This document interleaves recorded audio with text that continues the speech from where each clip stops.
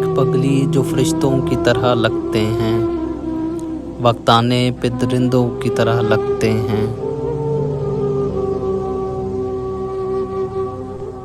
जाने किस गम में गिरफ्तार हैं बस्ती के मकीन, नौजवान लोग भी बूढ़ों की तरह लगते हैं।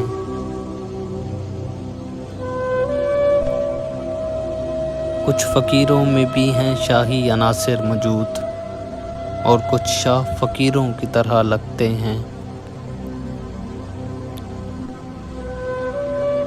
हिज्र जब मसनदे तशहीर पे आता है तो लोग चलती फिरती हुई कब्रों की तरह लगते हैं।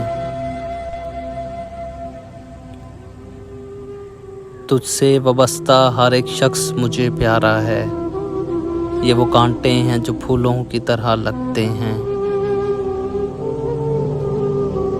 तर्क करने का जो सोचूं भी तो डर जाता हूँ, यार तो फ़र्ज नमाज़ों की तरह लगते हैं।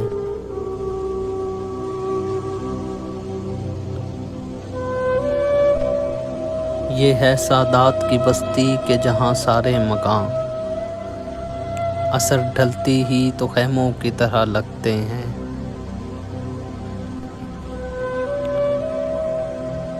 सिर्फ हम राइंदे दरगाह नहीं है राकिब, सिर्फ हम राइंदे दरगाह नहीं है राकिब, आप भी उजरे मिज़ारों की तरह लगते हैं।